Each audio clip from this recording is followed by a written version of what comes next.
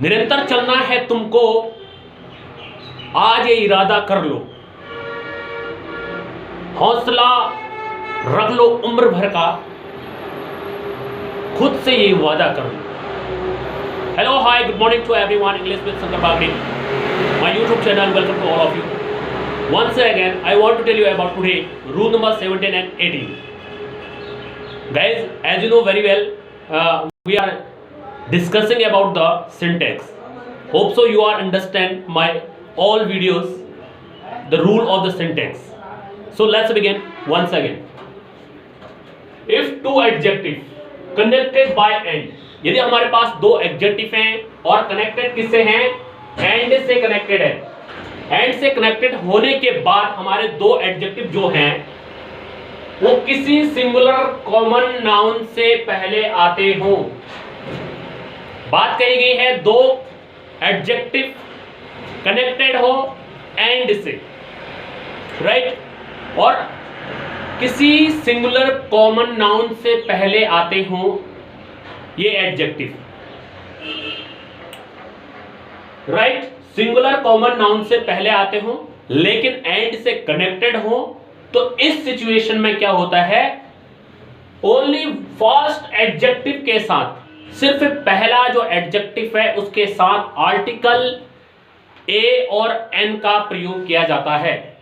तो इससे only one person का बोध होता है या वन थिंग्स का बोध होता है, राइट।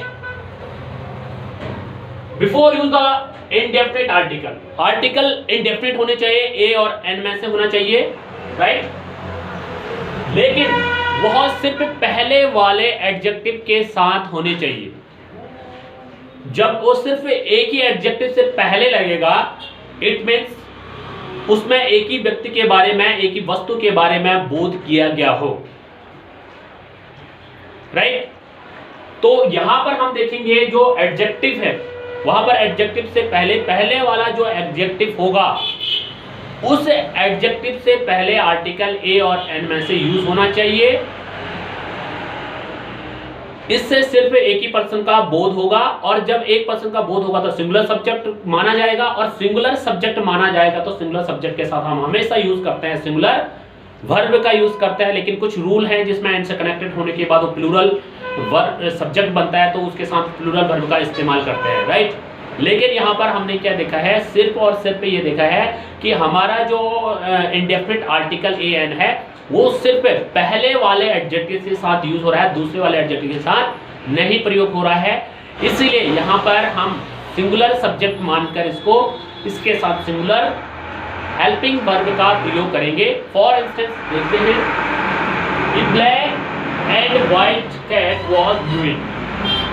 अब यहाँ पर आपको एडजेक्टिव क्या दिख रहा है? ब्लैक एंड व्हाइट, ये एडजेक्टिव है, और कैट क्या है? सिंगुलर कॉमन नाउन है। सिंगुलर कॉमन नाउन से पहले दोनों एडजेक्टिव आगे एंड से कनेक्टेड हैं, लेकिन इंडेफिनिट आर्टिकल ए का प्रयोग किया गया है सिर्फ एक ही एडजेक्टिव के साथ, दैट इज ब्लैक। ब्लैक से पहले एक एडजेक्टिव प्रयोग किया गया है ए का। इट मीन्स यहाँ पर सिर्फ एक का बोध हो रहा है। इट मीन्स कहने का मतलब जो कैट है वो सिर्फ एक है जो कि ब्लैक एंड व्हाइट कलर का है, वो म्याऊ यानी कि आवाज कर रहा था, ठीक है। इट मीन्स जो बिल्ली है वो एक है, उसके दो कलर है, ब्लैक एंड व्हाइट कलर का बिल्ली है, एक ही बिल्ली, right. A black and white cat वर आएगा तो रॉन्ग हो जाएगा, क्योंकि आप समझेंगे कि ब्लैक एंड व्हाइट अलग अलग बिल्लियां हैं, ये समझ जाएंगे तो इसके हिसाब से आप वर का प्रयोग करेंगे, जो कि रॉन्ग हो जाएगा, इनकरेक्ट हो जाएगा। तो करेक्ट सेंटेंस क्या है? हेल्पिंग वर्ब वाज का प्रयोग करेंगे, क्योंकि बिल्ली एक है, उसके कलर दो है, राइट। होप तो आप समझ गए होंगे। रूल नंबर 18 की ओर बढ़ते हैं। If two adjective connected by and, दो एडजेक्टिव कनेक्टेड किससे हो रहे हैं? एंड से हो रहे हैं, ठीक उसका उल्टा होगा। लेकिन क्या है कि सिंगुलर कॉमन नाउन से पहले दो एडजेक्टिव आए हों और उसके बाद कनेक्टेड एंड से हुए हों, लेकिन सिचुएशन यहां पर क्या है? वहां पर कहा गया था रूल नंबर 17 में सिर्फ पहले वाले एडजेक्टिव से पहले इंडेफिनिट आर्टिकल लगेगा। तो यहां पर थोड़ा सा चेंज करेंगे कि सिर्फ पहले नहीं, पहले और दूसरे वाले एडजेक्टिव दोनों के आगे इंडेफिनिट आर्टिकल ए और एन का प्रयोग करेंगे। आप समझ गए होंगे दोनों ही एडजेक्टिव से पहले अगर हम आर्टिकल इंडेफिनिट आर्टिकल एन का प्रयोग करते हैं तो निश्चित तौर पर वहां पर दो वस्तु व्यक्ति का बोध होगा। इस सिचुएशन में हमारे पास कितने पर्सन या कितने थिंग्स आ गए? 2। और जब हमारे पास 2 पर्सन थिंग्स आ गए इट मींस ये क्या हो गया? प्लूरल सब्जेक्ट हो गया। और प्लूरल सब्जेक्ट के साथ हमेशा प्लूरल वर्ब का प्रयोग किया जाएगा, right? Just opposite of the rule number 70, right? तो यहां पर हमने सेंटेंस के माध्यम से समझेंगे इसको। क्या लिखा हुआ है?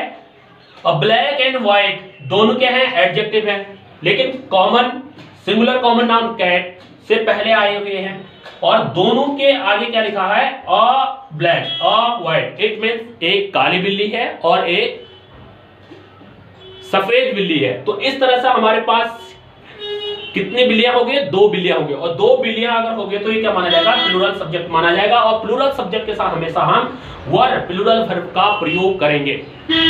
दोस्तों आपको समझ आ गया होगा कि हेल्पिंग वर्ब वाज एंड वर का प्रयोग कैसे करना है। और यहां नीचे दिया गया है वाज, यहां पर रॉन्ग हो जाएगा, ठीक है? छोटा सा एरर है। वो एरर क्या है? हेल्पिंग वर्ब कैसे यूज करना है। यदि हमारे पास सिर्फ एक आर्टिकल आ रहा है, सिर्फ एक एडजेक्टिव से पहले, इट मींस एक का बोध हो रहा है। और अगर दोनों के आगे ए और एन आर्टिकल इंडेफिनिट आर्टिकल का प्रयोग होता है तो इट मींस क्या हो गया? 2 वस्तु या व्यक्तियों के बारे में या प्राणी क्रिएचर के बारे में बात हो रही है। तो एक दूसरे के अपोजिट है 17 एंड 18 रूल नंबर। और बहुत इजी है, बहुत आसानी से आप समझ सकते हैं।